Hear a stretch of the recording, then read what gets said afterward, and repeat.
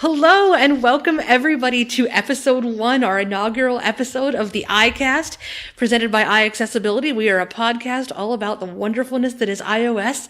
I am your host, Allison Hartley, and with me are my fabulous panel. We have Aaliyah Dudley. Thank you for being here, Aaliyah. Hello.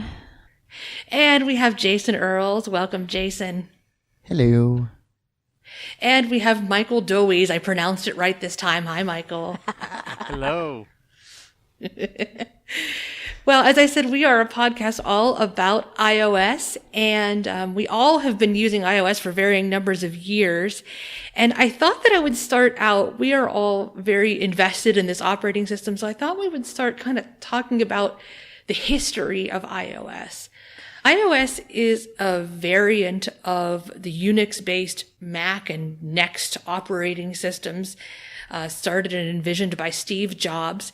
He envisioned a future where you could have a portable device like we all do now, where you could accomplish pretty much anything that your mind can think of. And so that is how iOS eventually came to be. The first iPhone was released in 2007. And unfortunately for us, we couldn't use it at that time. Michael, were you able to use any part of iPhone OS 1 with your low vision? Yes, in fact, when the iPhone 1 came around, I was using, and I talked about this yesterday when we recorded the iCast, because it was such a groundbreaking thing. The iPhone allowed me to, I was using a Moto Q, which was a Windows-based phone. Mm-hmm. And so I was able to zoom in on web pages, and the text size was actually bigger throughout the OS. So already it was more accessible than most smartphones on the market. So it allowed me more accessibility out of the gate than, pinch to zoom, all those things. So, Isn't that interesting? Accessibility, what makes something accessible for one person is lack of accessibility for another. That's very fascinating. We actually didn't gain accessibility in terms of voiceover and more advanced zoom features until iPhone OS 3, which came out in 2009. Now, it's interesting because all the articles that talk about iPhone OS 3 talk about it not being a really transformative release, but for us, I would say that it actually was, because that's when we gained the ability to use a touchscreen, which I didn't think was ever going to be possible. I don't know how you guys felt about it, but I just assumed that there was no way that a touchscreen was ever going to be made accessible to us. And all of a sudden it was.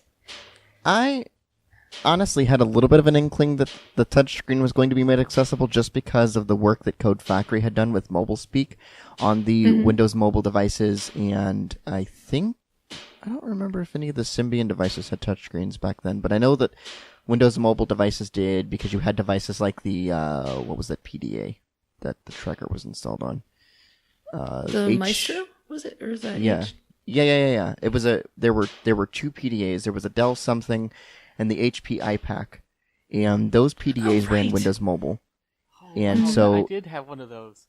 Yeah, it was a really interesting device, and what you could do if you really wanted to was you could reset the PDA back to its factory defaults, completely get rid of Maestro, and you could then install MobileSpeak onto the device and play with it that way. And I actually did that once, but I didn't really like the way that their touchscreen accessibility worked. I don't remember really how it was. It's been a little bit too long, but I remember not liking it all that well, so I kind of assumed, that was basically it. And then, the iPhone came around, and I ended up getting to play with one, but unfortunately the person that showed it to me was not the most patient of people, so I didn't have a very good way to learn, I guess, how to use it, because I was too pressured into getting it right the first time. Even though I did read the manual, and it did sound really easy, and it was really cool. It really was. It was great.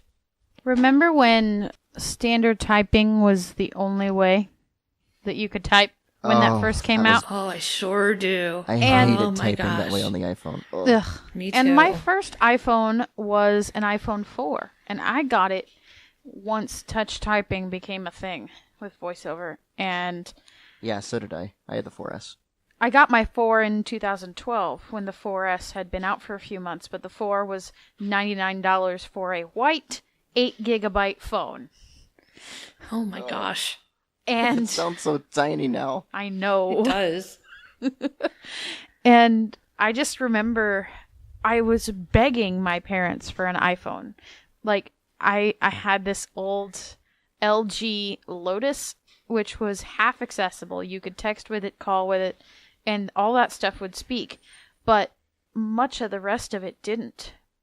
And I really was struggling with it. And when the LG Lotus, broke and it wouldn't, the hinge broke and I could just hold it flat open and not close it very easily. And my parents, unbeknownst to me, swiped my broken phone, took it to a Sprint store, and got me an iPhone over spring break. And they came back. That's cool. And they had been telling me, back up your contacts just in case, and I had them backed up. But they came back and they had this iPhone, and I had played with a friend's 3GS before. And when I got the iPhone, my parents were like, "Geez, you give her a new piece of technology and she knows how to use it in 5 minutes." I was like, "No, that's just because I played with it before." But getting the iPhone really revolutionized my mobile life, and now my iPhone is everything. That's really what it's not the only thing I like about the iPhone, but it's definitely one of the big things I like about the iPhone, because even if you've never played with an iPhone before, the basic gestures to get around the OS are not that hard. They're not that complicated. You just have flick right, flick left, and double tap, and arguably double tap and hold, and that's it, basically. And I think that's really, really neat. I actually had wanted an iPhone for a long time. I forgot to mention this. And we had looked at different places, different ways of getting the iPhone a little bit, because I had already had service with T-Mobile. And at that time, the iPhone was exclusive to AT&T. This was back when the 3GS was still the thing. And I'm honestly glad that we were never able to make that happen, because I got a better phone out of it in the end. I actually had gotten my phone on Sprint as well, and I actually had stayed up all night because I was so excited. I got my phone, I set it up, and I got my Sprint account set up on it, with the Sprint Zone app or whatever it was, and then promptly forgot my details when I needed them because I did it on 0 hours of sleep, so that was wonderful. But yeah, I could go on for hours, so I should probably shut up and let somebody else speak. Well, it's kind of funny in a way that I am the host of the iCast, because I wanted no part of iOS even after it became accessible. Nothing could convince me, and no one could convince me that a touchscreen was going to be better than buttons. So even after Apple went and did the impossible and made it accessible in my world, I still wasn't interested. I had my Victor Reader Stream. I had my computer. I didn't need a touchscreen in my life. And I was actually teaching an AT class as part of my job in 2010 in Pennsylvania. And Frank, one of the guys who was teaching with me, had an iPad. And he's like, "Just check out this voiceover thing. You might like it." And it was towards the end of the day. I had some free time. Class was over. I started checking it out. And I just kept playing with the iPad. And I just kept doing the voiceover practice gestures and learning about the different apps that he had on the iPad. And before I knew it, it was the end of the day. And he's like, "Well, why don't you take the iPad with you and play with it in the evening?" And no joke, you guys, I stayed up all night reading iBooks and looking at videos on YouTube and just doing everything that I could possibly do on this borrowed iPad. And it changed my entire perspective, actually getting to put my hands on on this touchscreen and see how much freedom of mobility I would have as a person using this technology. And a couple of days later, I got an iPod Touch. And because I was a Verizon customer at the time, and no iPhone had come to Verizon yet. And I was an avid iPod Touch user until I got my first iPhone. And now I've gotten every single one ever since. And it's one of those things, you really can't knock it until you try it. Once you put your hands on that device, it changes everything. I just want to talk a minute about my experience, because while my first phone was the iPhone 1. I've been using smartphones since probably 2003, 2004. And the iPhone was not the first smartphone, contrary to what Apple says. But basically, the iPhone changed my life. Whenever I got to see it, it really did. And, I moved from Sprint to AT&T just to get the iPhone.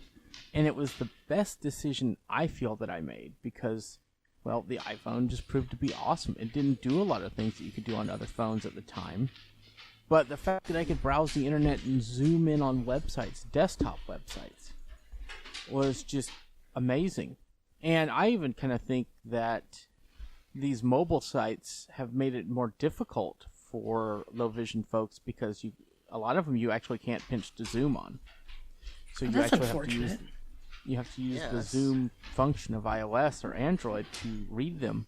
And I kind of liked it whenever the iPhone was new and I could just zoom in on stuff. But I'll tell you, back in the day, Steve Jobs and others said it's all about the Web 2.0 applications. We will not have apps on this phone. You can save websites to your home screen. And I will tell you, we're talking about the history of iOS.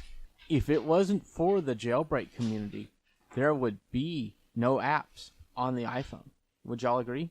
I would, although I don't know a whole lot about the history of the jailbreak community. I jailbroke one of my phones and then I got scared and I unjailbroke it.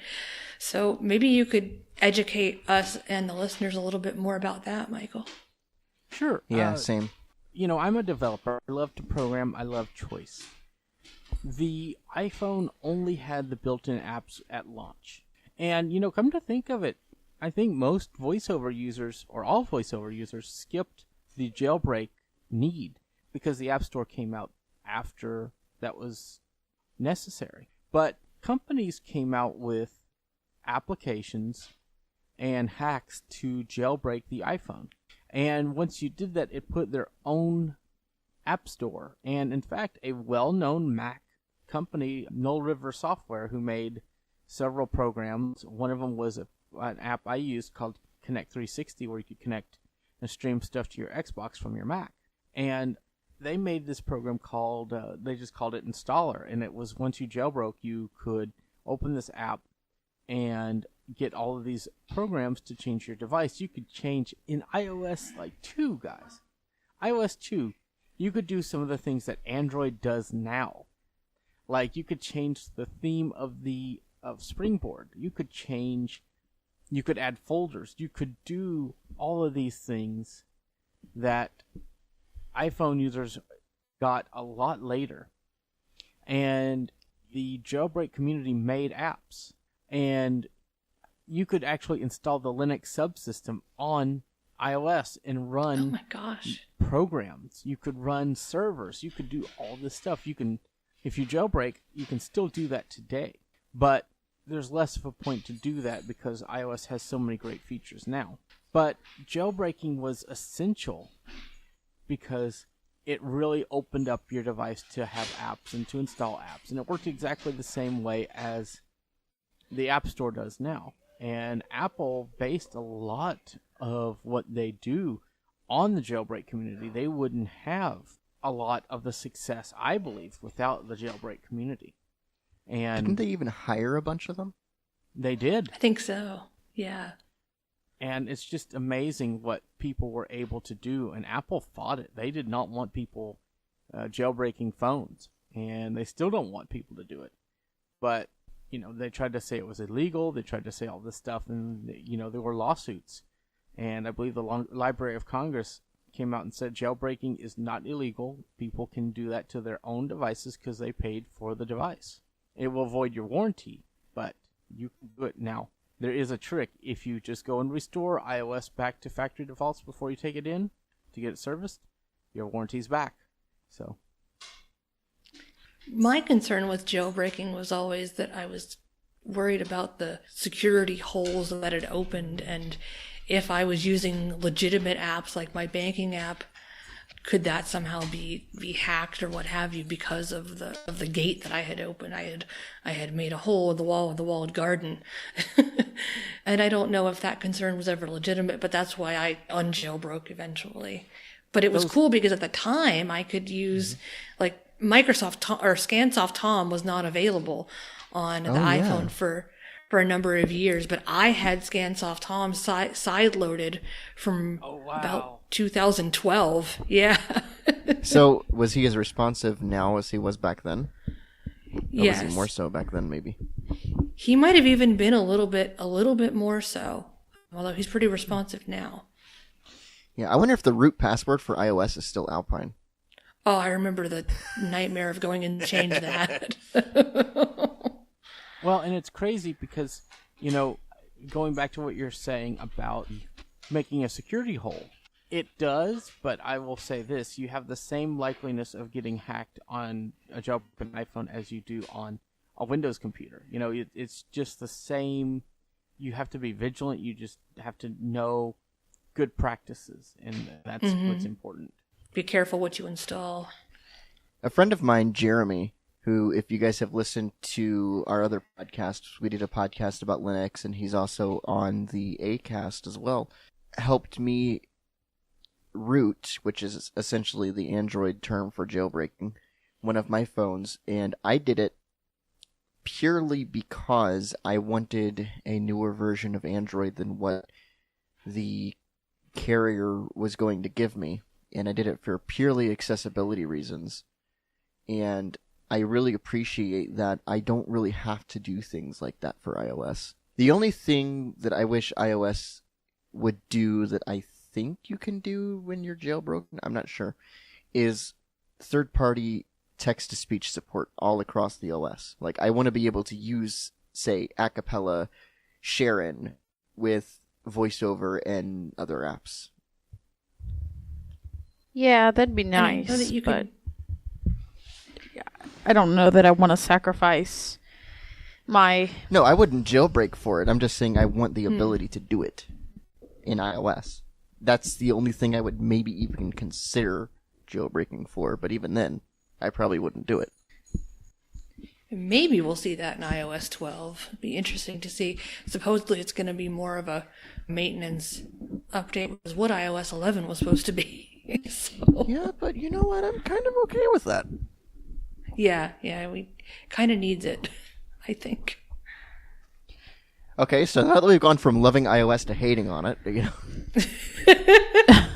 Well, one of the things I really want to do, which I don't see on a lot of Apple-centered podcasts, is I want us to be able to be honest about whatever the iOS experience is at the time. And certain parts of iOS 11 from a mainstream and an accessibility perspective can be a bit of a dumpster fire at times. And I think it's okay to be, because we talk stuff on Apple because we care, not because we hate. that's a very succinct way to put that. Actually. We're like a loving parent. We chide because we care. Yeah. Well, and I think it's important, like, while we're iOS-centric, we, at least, and Allison, you could correct me if I'm wrong, but I think we also want to concentrate on everything Apple here, because it's one big ecosystem. It is. Today saw some groundbreaking stuff from Samsung for things, and it's always interesting that other companies are moving forward, and our beloved Apple is standing still, if not sometimes having to lose yardage in a football sense, and they have to kind of get back where they were. And that, since we lost Steve, I feel like that's been more something that's happening. And I think while Apple is a hardware company, they need to evaluate how to become better with software. I think they need to refocus and re-engage with the community. And I think that's one of the areas that they really fail in, is getting out in the community. We've talked about on other shows, Google, Microsoft, Samsung, go out to conventions. They have booths. They talk to people. And I know Apple maybe will go out in secret and talk to key people at these conferences.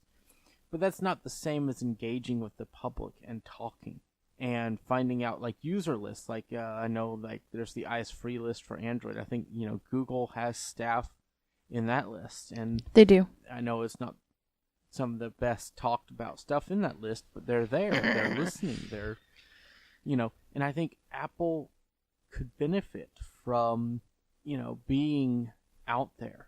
And if they would do that, people would, we already love our Apple stuff. We love it.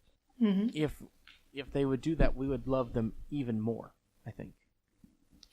Well, they need to have more of a social media presence. Like, for example, I was complaining about some voiceover issue, and all Apple wrote back, I had mentioned Apple support, and all they wrote back was, "Here's a manual on how to use voiceover." And I wrote back and I said, "That's not what I was talking about at all. That's not what I wanted from you at all." Right, I don't because even if think I we're ever got a tweeting you, response. doesn't that tell you that we already know how to use voiceover? I was tweeting on my iPhone using Twitterific, so I think I know how to use that voiceover. Right. Well, and that's Right, like and- the agent who told me that my iPad and iOS shouldn't be used for heavy document editing. It was only good for reading stuff. When I told him that Numbers wasn't reading cell coordinates. And I was Yeah, just and he was So flabbergasted. unfortunate.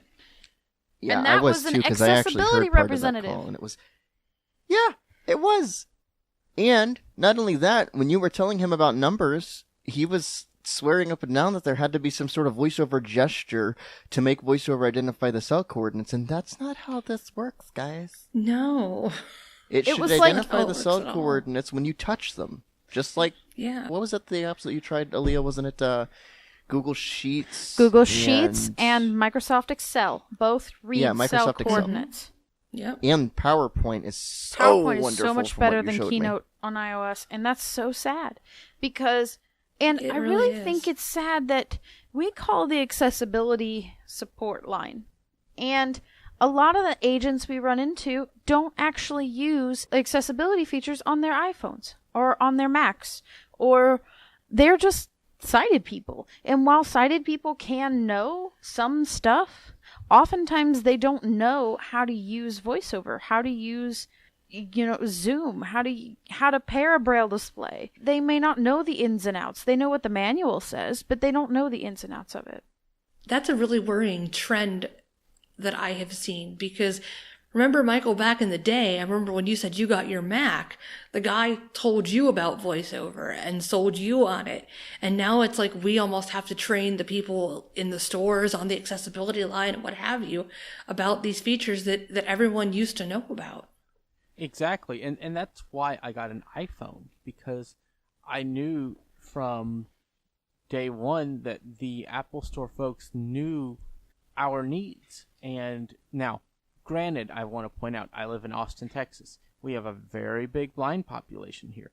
So, the stores here have a grasp on things. Like, they do accessibility workshops. I think our store And- does accessibility workshops too. I was looking at that a couple days ago. But I there almost seems want to to go be- to some of them.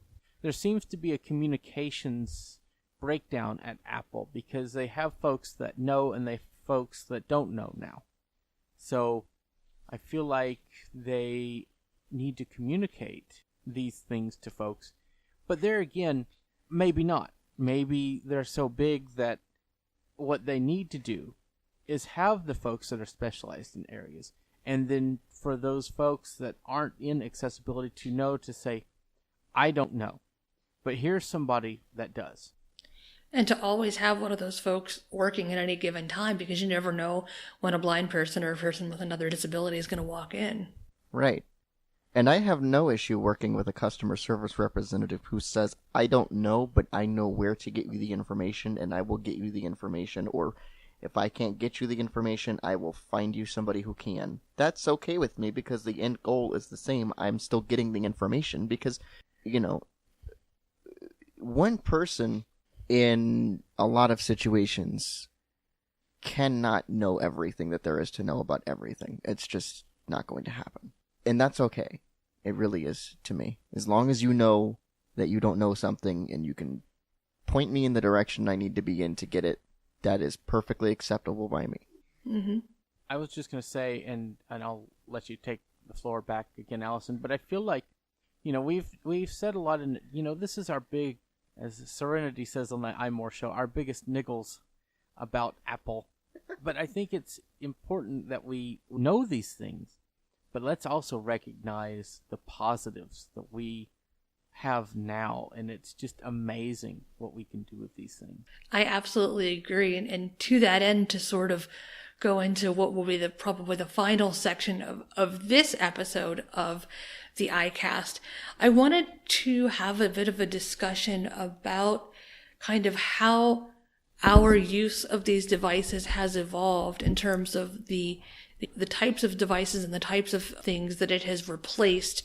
I know for me, my iPhone has replaced a $300-something Victor Reader Stream to almost an entire extent of $1,000 plus barcode reader. It has replaced a flatbed scanner for me. In many ways, it's replaced my home computer. I do most of my home computing on the iPhone, and I think it's important to recognize and acknowledge the extent to which, just like everyone else, for folks who are blind or visually impaired, for folks who have disabilities, this device is becoming, as a recent book said, the one device that everybody uses for everything.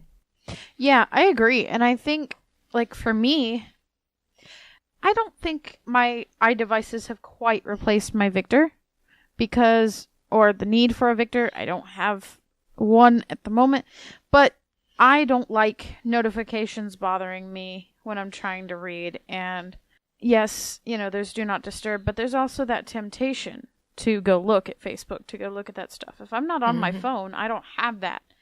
And it's like a Kindle would be for a sighted person. But my iDevices have taken the place of most of my scanning, for sure. Has made my mail checking a lot faster, and has really just done amazing things. I can't say that my iOS device has replaced my note taker. I can't.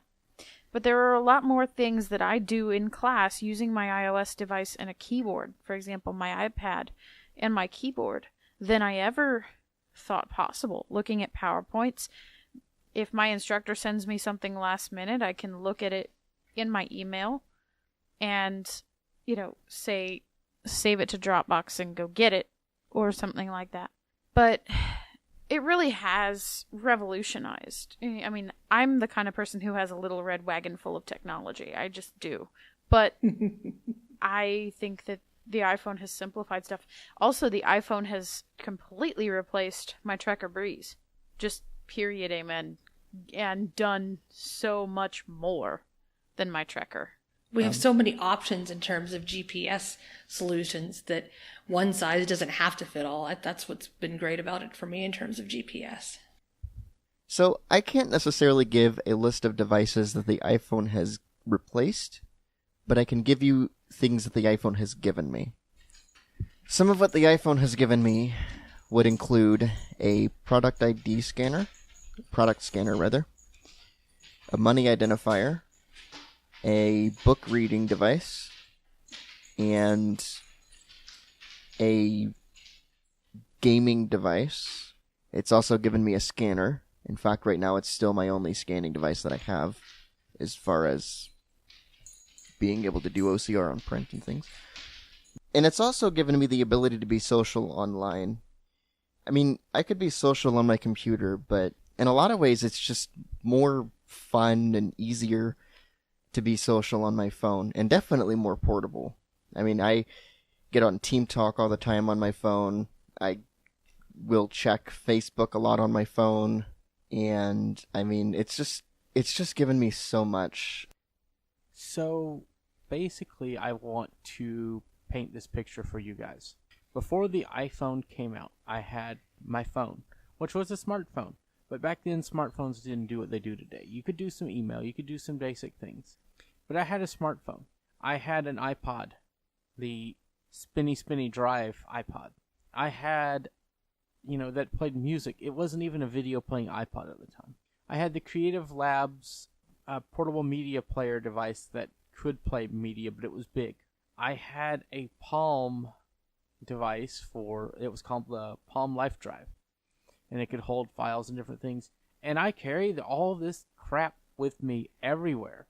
Think about that. Think about how many devices that is to do, and that didn't even include gaming. I had a Nintendo Game Boy Advance and a DS. All of these devices you had to carry with you. The iPhone came out in 2007. It had the iPod. It didn't have games yet, but it had the iPod. It had, I believe it had videos. You could use YouTube. You could do all these things that you had to have so many other devices for. And with that one device, I took my huge amounts of devices I had to keep in my pockets or in a backpack down to one. It didn't replace my computer. It didn't come close to doing that, but I didn't have to search the web on the computer anymore. I could use Facebook. Well, I back when I got an iPhone, there was no Facebook was still a college-based thing. So it changed so much about my workflow. And I just think that, now it's amazing what a person can do. A person can't, I personally take pictures. I'm a low vision photo nut. I have thousands of pictures on my phone, videos, and it's one of my dreams to make photography and videography more accessible for totally blind users because I think it's possible. But it's amazing what you can do. Social media. People can go live on Facebook that are totally blind. It's amazing. And the ability to do all these things, and I play games. I play some very high graphics console quality games on my iPhone, and that's just amazing to me. We have more forms of self-expression. That was a big topic this morning at the Samsung's event. On the iPhone we have animojis that are really cool on the iPhone 10, and those are all accessible. You could use animojis as a person that's totally blind. I think a lot of people don't see the point, but you could. And the point is important because it is part of social behavior these days, is to use all of these new forms of self-expression. And the fact that we are able to be involved in this trend is phenomenal. It's great that Samsung has what they have. They came out with their own version of animojis today. Great. Cool. But I bet you the thing you're going to hear is, to use this feature, please disable your screen reader. Whereas on iOS, you will never, ever hear that message. And I think that's amazing. Can I tell a really quick story? Well, first, let me say that you might not hear "please turn off your screen reader," but you might hear "button, button, button, button." But, But you can That was in the beta. Well, Apple will usually fix it if they break it. Well, unless it's like numbers and GarageBand and... Well, I said usually, didn't I? They're focusing on their mobile applications. They don't care about document editing. Yeah, they do eventually fix it. Sometimes maybe not quite as quickly as we'd all like, but still. Michael, you were talking about self-expression and animojis and the fact that a lot of people who are blind may not see the point of them. But regardless of that, we can still use the features. And that made me remember a story about my first iPhone, my 4S. So, I've had a Windows mobile phone. Yeah, that's right. I had a Windows mobile phone. It was a T-Mobile Dash. It was either the Dash or the Dash 3G. I tried to do this. I tried to look at wallpapers on it just to see how the screen reader would read it. And of course, it was reading, like, file names. So, I was like, okay, yeah, whatever. I don't care about wallpapers. I can't see them anyway, so, I got my 4S and eventually had decided to do the same thing. Because I was like, you know what? I want to see how VoiceOver handles this. It's probably going to suck. It's probably just going to be something like 24,867,000 tree.jpg image. But still, I went to settings.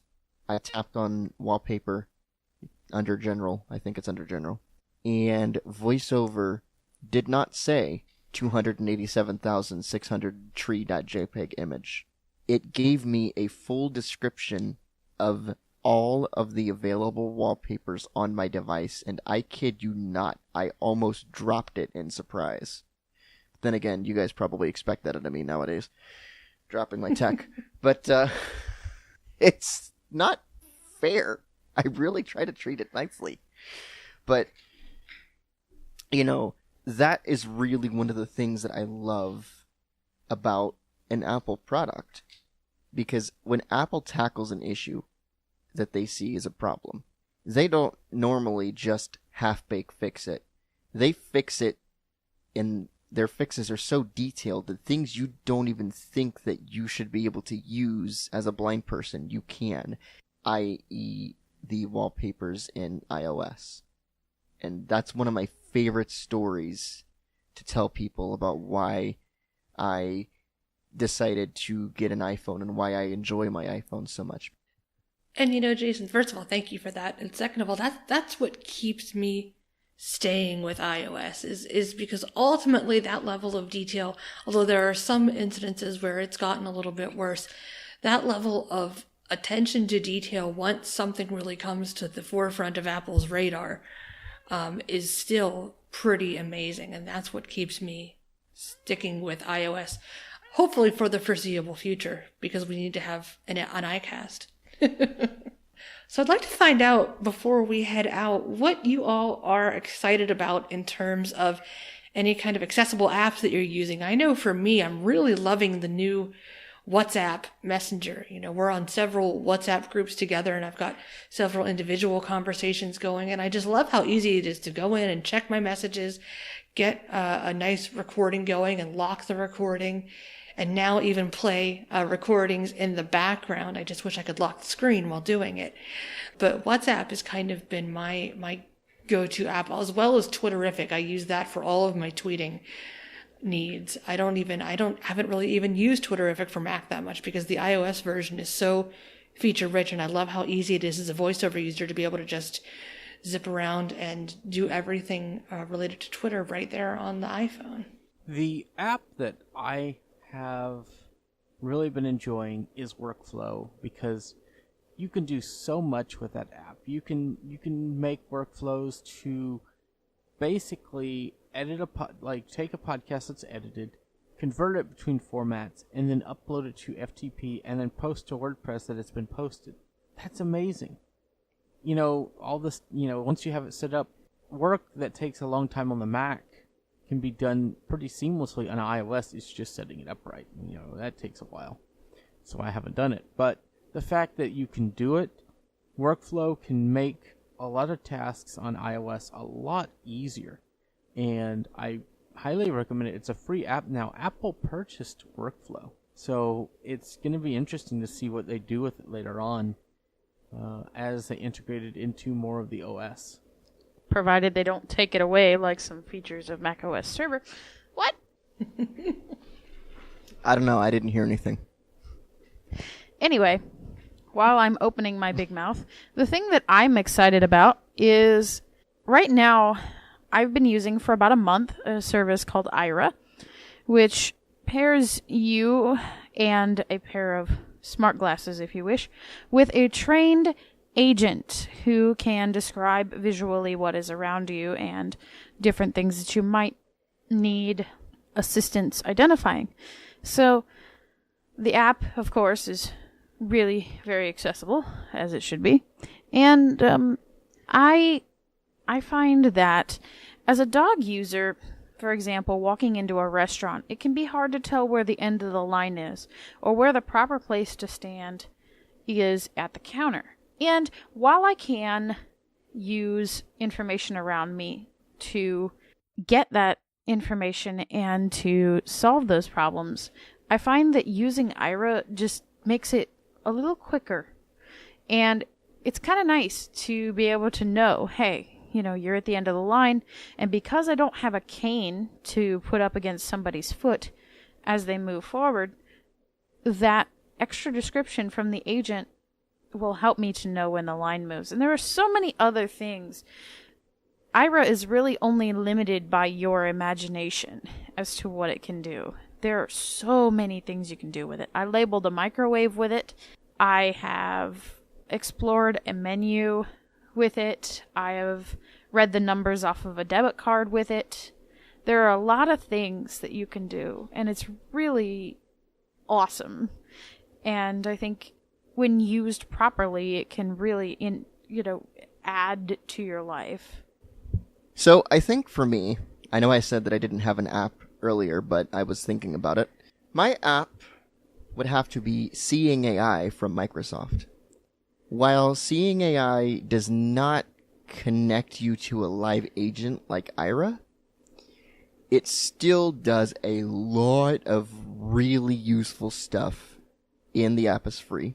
You can use it to identify products with its barcode scanner. You can use it to read text in real time with a short text feature. There's a document mode. It has a color identifier, a money identifier, although admittedly I don't use those particular features of the app. And it has a light detector, which, even though I can see light, I still find useful because the lights in this house aren't exactly the brightest in the world. Am I missing features that it has? I think I might be. And scene detection is a beta. Oh yeah, scene detection And and the person detection. Yeah, and the person detection, yeah. And I think there's a handwriting feature, but I haven't used that. So That is a very, very good feature. It is It is. amazing what it picks up. for handwriting? Yes. Oh. What is it? Does it like OCR the handwriting like short text, or does it work like the document mode? More like document. But Oh, okay. it ignores, like, say somebody has a lot of flourishes in their typography. It will ignore all that and still get the right text. It's amazing. Wow. Yeah. I like it for handwritten. Sometimes people post handwritten notes and things, and they take pictures on Twitter. I like using it for recognizing those. Yeah, I haven't, as I said, I haven't delved with that particular channel. I think Seeing AI calls them, of the app, but still, that would definitely have to be my app pick. It's pretty awesome. It's like a Swiss Army knife Yeah, I know. for iOS. It does everything. It's great. Although money identification is a bit slow, I still tend to use what's it called, Looktel, if I need to identify See, money. I've switched to Seeing AI. I have better luck with it Huh. for money. Interesting. Yeah. Well, I want to thank you all for being here for this first episode of iAccessibility. And before we depart, I want to give everybody a chance to talk about where they can be found and what they're doing. I'm Allison Hartley. You can find me contributing content to iAccessibility.net. You can find me on the Tech Doctor podcast. You can find me on the Blind Abilities channel on That Blind Tech Show. You can find me and my friend Mika doing a show called the Glamcast, which is all about romance novels. And last but not least, you can follow me on Twitter at Hot4Technology. That's hot, the number 4 technology. And you can send me an email at allison@iAccessibility.net. And Aaliyah, how can folks get a hold of you? People can find me producing content for iAccessibility. You can email me at Aleeha, that's ALEEHA @iAccessibility.net, or you can follow me on Twitter at BlindCowgirl199. And Jason, how can we find out what you're up to? People can find me producing content for iAccessibility. You can email me at jason@iAccessibility.net. You can follow me on Twitter at JDE, that's Juliet Delta Echo 91. You can search for me on Facebook, just search for Jason Earls. And Michael, how can folks find you? All right, you can find me producing content for iAccessibility.net. I am Mike Doise on Twitter. If you want to email me, you can. The email address is Mike Doise. It's MikeEDoise at iAccessibility.net. You can find me on Facebook. Just search for Michael Doise. And you can visit my website at michaeldoise.com. And to keep up with all of our happenings and find out about all the fabulous content we produce, you can go to iAccessibility.net, and you can also download our iAccessibility app on the iOS App Store. And you can follow us on Twitter at the iCast. And email us at iCast@iAccessibility.net.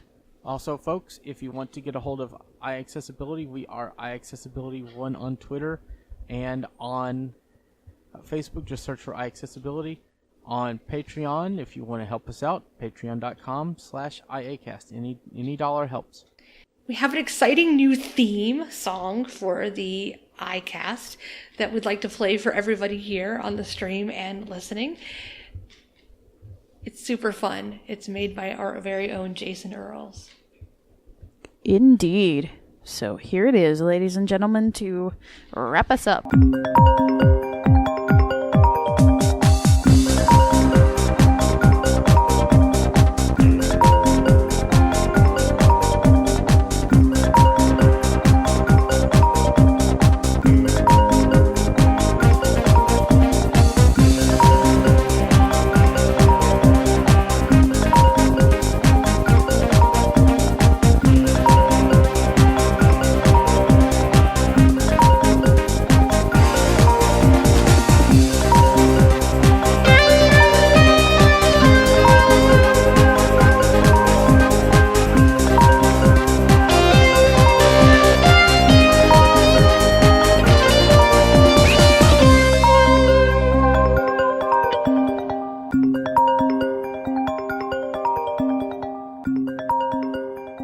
Copyright 2018, iAccessibility, and Michael Dowies.